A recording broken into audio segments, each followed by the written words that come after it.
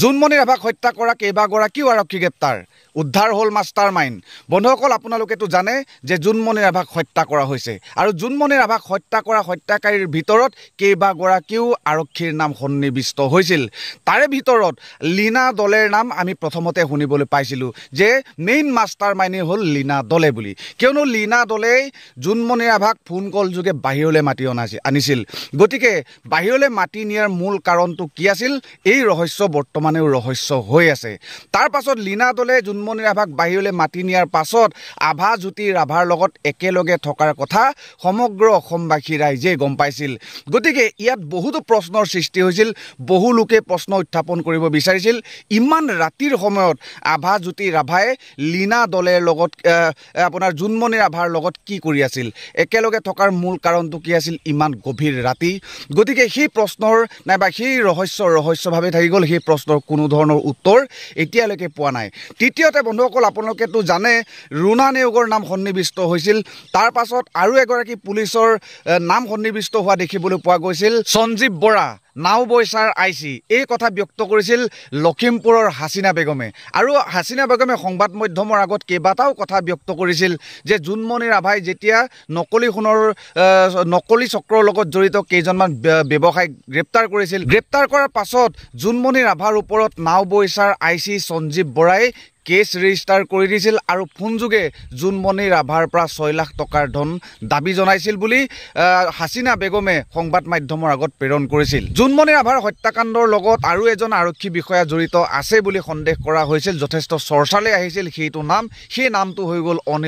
অনিল ভূঞা নামটো সংবাদ মাধ্যমত এইটো কাৰণে চৰ্চা হৈ পৰিছিল নাইবা জোনমণি ৰাভাৰ হত্যাকাণ্ডৰ লগত জড়িত বুলি এইটো কাৰণে সন্দেহৰ আৱৰ্তত ৰখা হৈছিল কিয়নো এটা কল ৰেকৰ্ডিং সমগ্ৰ অসমৰ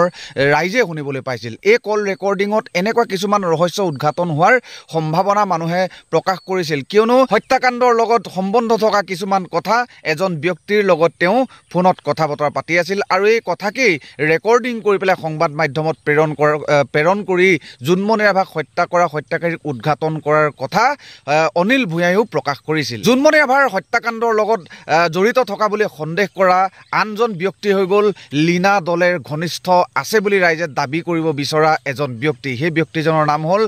নামটো পাহৰিছো বন্ধুসকল ডক্টৰ হিমন্ত বিশ্ব শৰ্মাৰ ভাতৃ বুলি গম পোৱা গৈছিল লীনা দলে আৰু ডক্টৰ হিমন্ত বিশ্ব শৰ্মাৰ ভাতৃৰ এখন ফটো যথেষ্ট ভাইৰেল হোৱা দেখিবলৈ পোৱা গৈছিল আৰু সেই ফটোখন চাই পেলাই বহু লোকৰে হাজাৰটা প্ৰশ্নৰ সৃষ্টি হৈছিল যে লীনা দলে আৰু ডক্টৰ হিমন্ত বিশ্ব শৰ্মাৰ ভাতৃৰ লগত কি সম্বন্ধ আছে কেনেকুৱা ধৰণৰ ঘনিষ্ঠতা আছে নাইবা কেনেকুৱা ধৰণৰ সম্পৰ্ক আছে এনেকুৱা ধৰণৰ বহুতো প্ৰশ্ন উদ্ভৱ হৈছিল সেই ফটোখন চাই পেলাই আৰু ফটোখন চাই পেলাই এনেকুৱা এটা প্ৰশ্ন উদ্ভৱ হৈছিল যে লীনা দলে ডক্টৰ হিমন্ত বিশ্ব শৰ্মাৰ ভাতৃৰ লগত ঘনিষ্ঠ থকাৰ বাবে সম্বন্ধটো ভাল থকাৰ বাবেই লীনা দলেক যেনেকুৱা ধৰণেৰে CBI নাইবা CID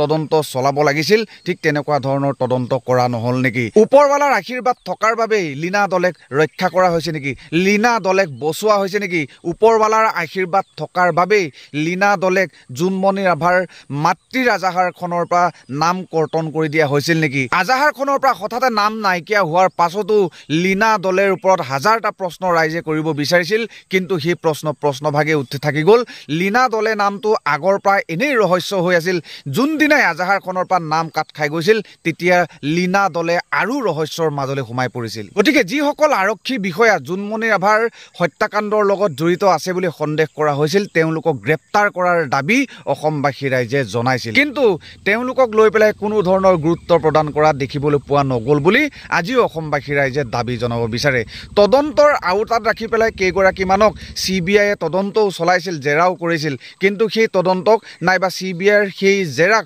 অসমবাসী ৰাইজে আজিও ভেকু ভাওনাই আখ্যা দিলে ৰক্ষকে ভক্ষক বুলি কোৱা কথাটো এই ক্ষেত্ৰত যথেষ্ট সত্য প্ৰমাণিত হৈছে কিয়নো সমাজখনৰ ৰক্ষণাবেক্ষণৰ দায়িত্বত থাকে আৰক্ষী বিভাগ নাইবা প্ৰশাসন বিভাগ কিন্তু প্ৰশাসনৰ যদি শত্ৰু হয় প্ৰশাসনেই যদি প্ৰশাসনক হত্যা কৰাত যদি ব্যস্ত হয় তেতিয়াহ'লে সমাজখন কিমান সুৰক্ষিত নাইবা সমাজখনক সুৰক্ষা কৰাৰ নাইবা সুৰক্ষা দিয়াৰ দায়িত্বত কোন থাকিব নাইবা আৰক্ষীসকলক লৈ পেলাই অসমৰ প্ৰশাসন বিভাগক লৈ পেলাই আমাৰ জনসাধাৰণ কিমান সুৰক্ষিত তেওঁলোক আমাৰ কিমান বিশ্বাসী নাইবা তেওঁলোকক লৈ পেলাই আমি কিমান গৌৰৱ অনুভৱ কৰিব পাৰোঁ নাইবা সুৰক্ষিত অনুভৱ কৰিব পাৰোঁ গতিকে যিয়েই নহওক সত্যমেৱ জয়তে বুলি কৈছে যদি জোনমণি ৰাভা প্ৰকৃততে সত্য আছিল জোনমণি ৰাভাৰ লগত সমগ্ৰ অসমবাসী ৰাইজ যদি সঁচাই যদি আছে তেতিয়াহ'লে নিশ্চয়কৈ এদিন জোনমণি ৰাভাৰ মাতৃয়ে ন্যায় পাবই।